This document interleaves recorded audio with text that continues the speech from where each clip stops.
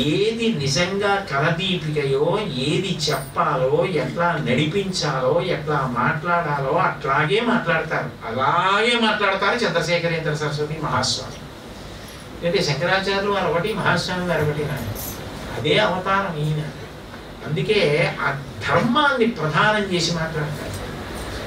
అందుకే శివానంద లహరిలోనే అనుకూలం నిజబీజ సంతతి రయస్కాంతోబలం సూచిక సాధ్వీ నైజ విభుం లతా క్షితిరుహం సింధు సరిద్వల్లభం ప్రాప్నోతి యథా తథా పశుపతే పాదారవిందద్వయం చేతో వృత్తి రూపేత్య తిష్టతి సదా సా భక్తిరిత్యుచ్యతే. భక్తి అంటే ఇంతే అన్నారు. చివరి స్థితి నది సముద్రమునందు కలిసిపోవాలి, అనుభూతి. ఇక తాను సముద్రంగా మిగిలిపోవాలి. ఇది ఆవిడ ఇవ్వాలి అన్న భక్తి ధర్మాన్ని ఆవిడ ఇచ్చిన తర్వాత అనుభూతి అవడాన్ని. కేనోపనిషత్తు చిన్నదైనా అంత అందంగా మాట్లాడుతుంది. అది ఆవిడే మాట్లాడింది. బ్రహ్మము ఆవిడ రూపాన్ని పొంది ఉమా హైమవతి అన్న పేర్లతో మాట్లాడింది కాబట్టి కేనోపనిషద్వాక్య వినోదిని. ఆ కేనోపనిషత్తులో ఉన్న మాటలు తలుచుకున్నా, ఉపనిషత్తుని తలుచుకున్నా ఆవిడ ఆనందిస్తుంది. ఎందుకంటే సారం అంతా అక్కడ ఉంది కాబట్టి. వేదసారం అంటే చూడండి. అందుకే దేవీ భాగవతం పూర్తి చేసినప్పుడు ఏం చేశారంటే, ఈ మణిద్వీపవర్ణన చెప్పడానికి ముందు కేనోపనిషత్తు యొక్క ప్రధాన సారాంశం ఒక అధ్యాయం దేవీ భాగవతంలో. అది కేనోపనిషత్ సారహ అని ఒక అధ్యాయం చెప్పి, అది పూర్తి అయిపోయిన తర్వాత మణిద్వీపవర్ణనం చెప్తారు. మణిద్వీపవర్ణనంతో పూర్తి అయిపోతుంది. ఇంకా ఎవరైనా కొత్తగా ఇల్లు కట్టుకునేటప్పుడు అప్పుడు వాస్తుహోమం చేసే రోజున మణిద్వీపవర్ణనం చదువుకోమంటారు. ఒకసారి మణిద్వీపవర్ణనం చదువుకుని వాస్తుహోమం చేసి ఇల్లు కట్టుకోవడం మొదలు పెడితే పరదేవతానుగ్రహం కలుగుతుంది. ఆ ఇల్లు కూడా అలా వృద్ధిలోకి వచ్చి అంత చక్కగా భక్తి జ్ఞాన వైరాగ్యాలతో ఎప్పుడు ఎలా పండాలో అలా, మెట్ట వేదాంతంతో కాదు. ఎందుకంటే ఎలా ఉండాలో అలా ఉంటేనే అది సరి అయిన ధర్మం. అంతేగాని ఎక్కడ ఎలా ఉండాలో అలా ఉండకపోతే అది ధర్మం కాదు, అసహ్యంగా ఉంటుంది కూడా. కాబట్టి అట్లా ఉండేటట్టుగా అనుగ్రహిస్తుంది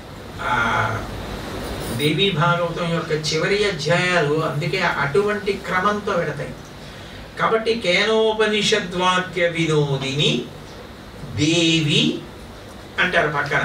దేవి అంటే అమ్మవారికి అన్వయం. ఎందుకంటే ఉపనిషత్తు గురించి మాట్లాడుతున్నారు కదా మహాస్వామి గారు. అందుకని రేపు పెళ్ళవ్వాలి ఇది చదువుతున్నావు. పెళ్ళైపోయిన తర్వాత జీవితం పండాలని కూడా ఇది చదువుతున్నావు. రెండు మంగళమే.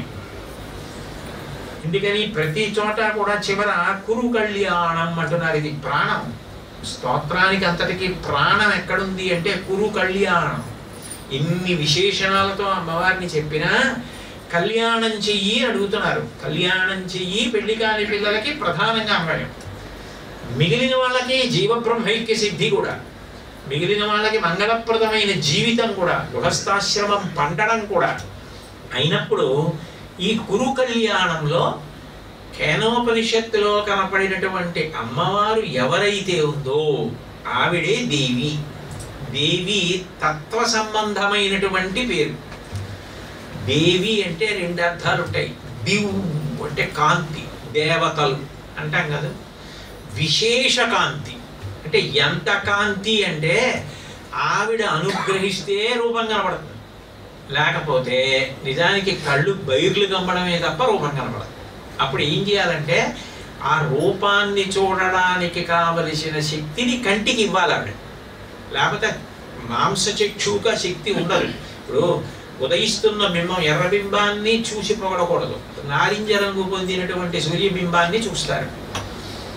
మధ్యాహ్న బింబాన్ని చూడగలమా కంటితో? గ్రీష్మ ఋతువులో చూడలేము, కంటికి శక్తి చాలదు. అనంత కోటి సూర్యులు ఉదయిస్తే ఎలా ఉంటుందో అలా ఉండేటటువంటి అమ్మవారి రూపాన్ని చూడడానికి కంటికి శక్తి సరిపోతుందా? సరిపోదు. అప్పుడు ఆ రూపాన్ని చూడడానికి కావలసిన శక్తిని కంటికి ఆవిడ ఇవ్వాలి.